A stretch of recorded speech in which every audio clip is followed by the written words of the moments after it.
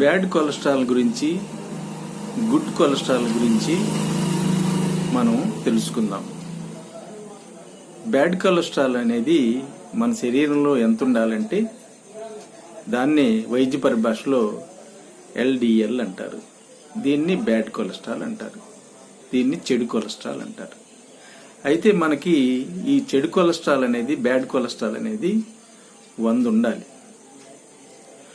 100 కన్నా ఎక్కువ ఉంటే మరి 100 నార్మల్, 190 ఉన్నట్లయితే LDL మనకి బ్యాడ్ కొలెస్ట్రాల్ ఎక్కువ ఉందని అర్థం చేసుకోవాలి. ఇంకోటి ఉంది ట్రైగ్లిజరైడ్ అని, అది కూడా బ్యాడ్ కొలెస్ట్రాలే.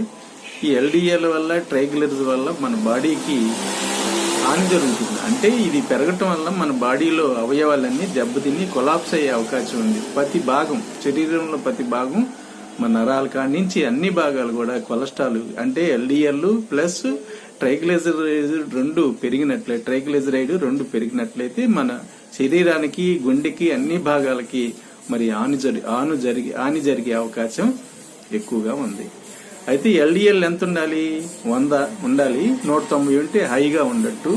అదే ట్రైగ్లిజరైడ్ అనేది ఎంత ఉండాలి? 150 నార్మల్. మరి 500 ఉందంటే మనకి ట్రైగ్లిజరైడ్ మనకి ఎక్కువ ఉందని అర్థం. అయితే LDL కానీ, ట్రైగ్లిజరైడ్ కానీ ఎక్కువ ఉన్నప్పుడు మనకి HDL అని మంచి కొలెస్ట్రాల్ అనేవి ఉంటది. ఈ మంచి కొలెస్ట్రాల్ అనేది మనకి ఎంత ఉండాలంటే 40 ఉండాలి. 40 కన్నా తక్కువగా ఉండకూడదు, 40 కన్నా ఎక్కువ ఉండాలి. 40 to 59 normal, 40 to 40 to 59 normal, 60 ఉంటే ఇంకా మంచిది. అయితే మనకి ఈ గుడ్ కొలెస్ట్రాల్ అనేది ఉన్నప్పుడు ఏమైందంటే మరి చెడు కొలెస్ట్రాల్ మనలో, బ్యాడ్ కొలెస్ట్రాల్ అనేది పెరిగిపోయినప్పుడు ఈ గుడ్ కొలెస్ట్రాల్ అనేది పర్ఫెక్ట్ గా ఉన్నప్పుడు ఆ చెడు కొలెస్ట్రాల్ ని క్లియర్ చేసి బాడీలో ఎక్కడ పేరుకుపోకుండా శుభ్రంగా క్లీన్ చేసి మరి సరి చేస్తుంది అనమాట. అదే తక్కువ ఉంటే సరి చేయలేదు.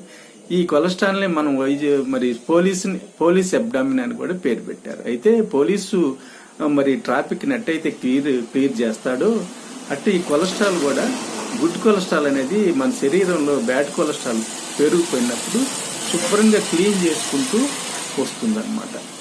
ఇది గుడ్ కొలెస్ట్రాల్ గురించి, బ్యాడ్ కొలెస్ట్రాల్ గురించి కథ. ఈ విధంగా మన శరీరంలో మరి కొలెస్ట్రాల్ అనేది మరి జరుగుతుంది.